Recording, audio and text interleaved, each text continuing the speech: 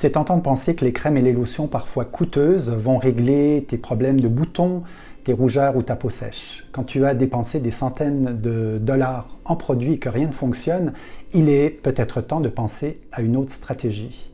Dans cette vidéo, je t'explique pourquoi ton plan sur le long terme, pour te débarrasser de tes boutons, tes rougeurs ou ta peau sèche, ne devrait pas juste se baser sur des crèmes ou le dernier traitement médical en vogue.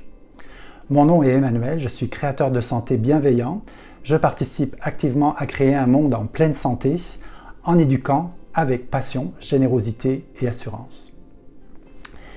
Tout d'abord, il faut savoir que la peau, c'est le reflet de ce qui se passe à l'intérieur de nous. Tous les déséquilibres, que ce soit hormonaux, que ce soit au niveau des nutriments, ça peut être un excès ou un manque de certains nutriments.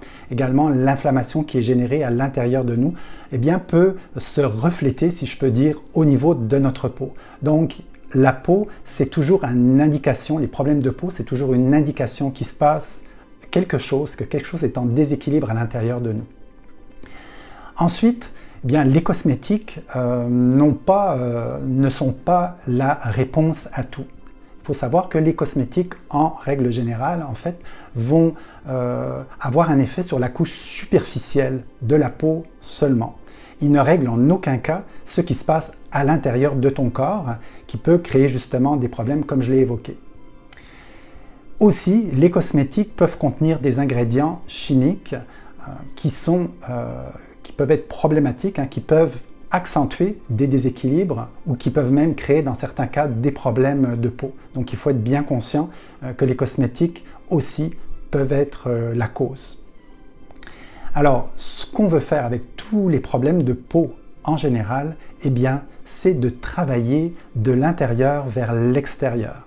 Donc, de modifier, de changer notre écosystème intérieur pour pouvoir avoir un effet sur l'extérieur, ce qu'on voit, ta peau.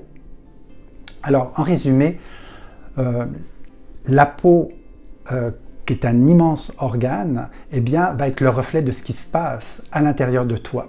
Et puis, on va pouvoir donc, en observant la peau, eh bien, se poser des questions, on va se tourner vers l'intérieur, parce que ça, c'est l'approche qui va avoir le plus d'impact sur l'extérieur, ce qu'on voit, ta peau. Ensuite, eh bien, on va choisir judicieusement tout ce qu'on met sur notre peau. Alors, tout ce qu'on va utiliser au quotidien, que ce soit pour la toilette ou pour le soin, a vraiment une très grande importance. Si tu as aimé ce contenu, laisse-moi un commentaire avec ce que tu vas mettre en place dans les prochains jours pour améliorer ta peau. Enfin, si tu veux améliorer durablement ton intérieur, ton écosystème, je t'invite à télécharger mon guide totalement gratuit où je te propose 6 façons simples d'améliorer ta digestion. À bientôt!